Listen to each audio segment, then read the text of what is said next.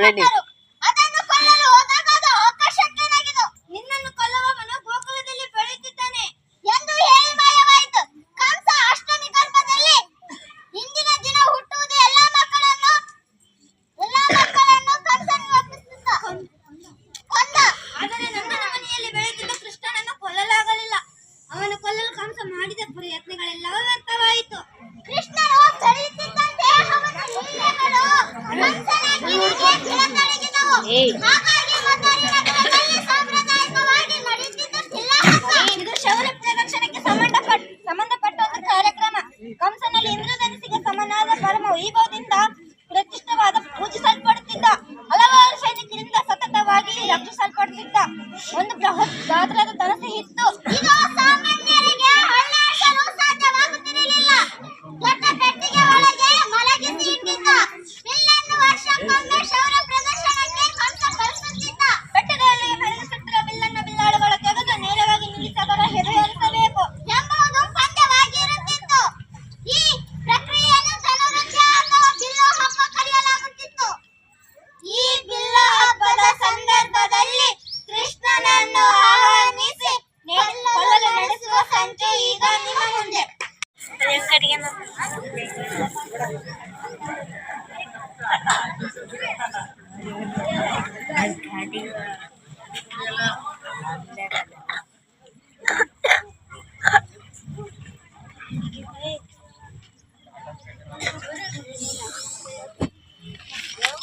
ಕೃಷ್ಣ ಕೃಷ್ಣ ಕೃಷ್ಣ ಕೇಳಿ ಕೇಳಿ ನನ್ನ ಕಿವಿ ತೂತು ಬಿದ್ದೋದವು. ಯಾರು ಈ ಕೃಷ್ಣ? ಹಾಲು ಕೊಡಲು ಹೋದ ಪೂತನೆಯ ರಕ್ತ ಹೀರಿದನಂತೆ. ಸವಾರಿ ಮಾಡುವಂತ ಬೆನ್ನುಡಿದರೆ ಶಕಟನ ಸೊಂಟನೆ ಮುರಿದನಂತೆ. ಅವನ ಕೈಯಲ್ಲಿ ತೃಣವರ್ತ ಆಟದ ಬೊಗರಿಯಾಗಿ ಹೋದ. ಧೇನುಕ ಬೆಲ್ಲದ ಹಣ್ಣು ಬಡಿಗೆಯಾದ. ಗೋವರ್ಧನ ಬೆಟ್ಟ ಎಕಚಿಕ್ ಛತ್ರಿಯಾಗಿ ಹೋಯ್ತು.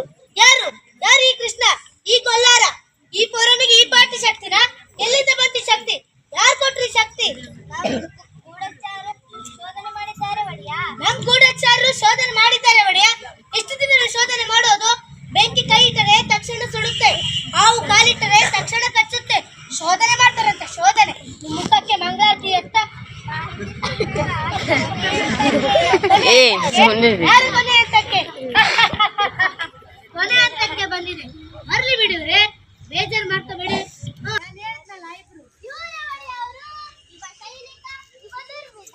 ನಮಸ್ಕಾರ ಅನ್ನದಾತ. ಇದು ನಿಮ್ಮ ಕೈಯಲ್ಲ, ನಿಮ್ಮ ಕಾಲು. ಕಾಲಲ್ಲ, ನಿಮ್ಮ ಎಕ್ಕಡ. ಶಬ್ಬಾಷ್, ಇದು ಕೈಯಲ್ಲ, ಕಾಲಲ್ಲ, ಎಕ್ಕಡನೂ ಅಲ್ಲ, ಯಮಪಾಶ. ತಿಳಿದುಕೊಳ್ಳಿ. ಏರ್ಪಡಿಯಲ್ಲಿ ಆಗಿದೆಯಾ? ಆಗಿದೆ ಒಡೆಯ. ಸಾಹೇಬ್ರು ಬಂದು ಖುದ್ದು ಪರಾಮರಿಸಿದ್ದಾರೆ. ಹೌದು ಒಡೆಯ. ಕ್ರೀಡಾಂಗಣಕ್ಕಿರೋದು ಒಂದೇ ಬಾಗಿಲು. ಬಾಗಿಲವಾಡದ ಕಮಾನಿಗೆ ಕಿರುಗತ್ತಿ ಅಲಂಕಾರ. ಬಾಗಿಲವಾಡದ ಕಮಾನಿನ ಮೇಲೆ ಗಾಜಿನ ರಾಜಗೋಪುರ. ಅದೇನಾದ್ರೂ ತಲೆ ಮೇಲೆ ಬಿತ್ತು ಅಂದ್ರೆ ಶ್ರೀಮದ್ ರಮಣ ಗೋವಿಂದ ಗೋವಿಂದ ಅಂದ್ರೆ ತಲೆ ಮೇಲೆ ಬೀಳ್ಬೇಕಲ್ಲ. ಬೀಳುತ್ತೆ. ಇಡೀ ರಚನೆ ಒಂದು ಸಣ್ಣ ಕಿಲಿನ ಮೇಲೆ ನಿಂತಿರುತ್ತೆ. ಆ ಕಿಲಿ ಎಳೆದ್ಬಿಟ್ರೆ ಮುಗೆ. ಹಬ್ಬ, ಒಳ್ಳೆ ರಾಕ್ಷಸ ನೀವು. ಏನ್ ಬುದ್ಧಿ, ಏನ್ ಕತೆ.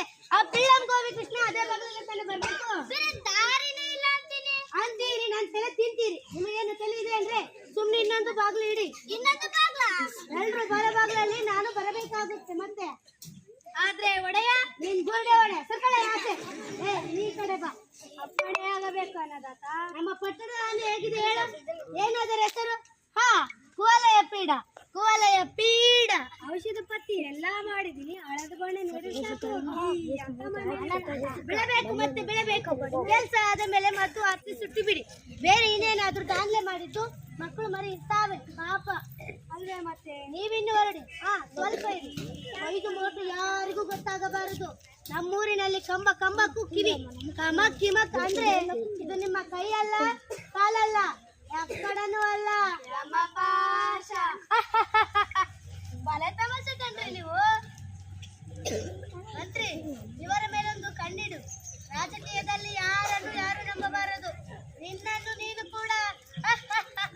ಮಂತ್ರಿ, ಬಾಯಲ್ಲಿ ಕೂತ್ಕೋ. ಏನಿರ್ಬೇಕು? ಮಂಡೆಯಲ್ಲಿ ಕೊಂಚ ಮಾಂಸ ಇರ್ಬೇಕು. ನೀವು ನೋಡಿದ್ದೇನ್ರಿ ಕೃಷ್ಣನ? ಹೇಗಿದ್ದಾನ್ರ ಪಟಿಂಗ?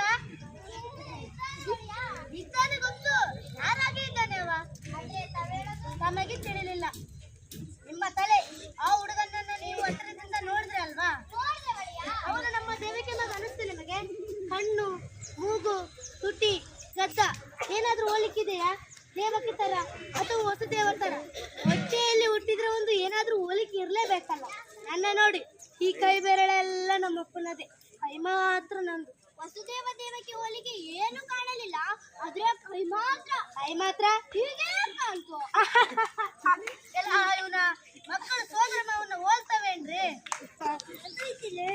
ಅಕ್ರೂರ ಹೇಳಿದ, ಎದೆಯಿಂದ ಬೆಳೆದರೆ ಮಕ್ಕಳು ಅಂತ.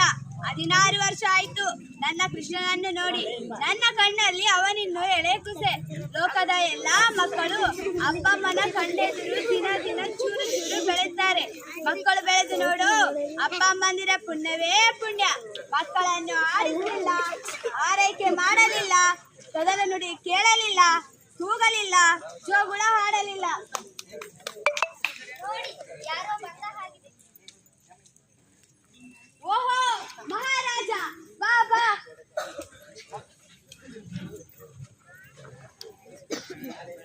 ನಿದ್ದೆ ಬಂತ ಬಾವ?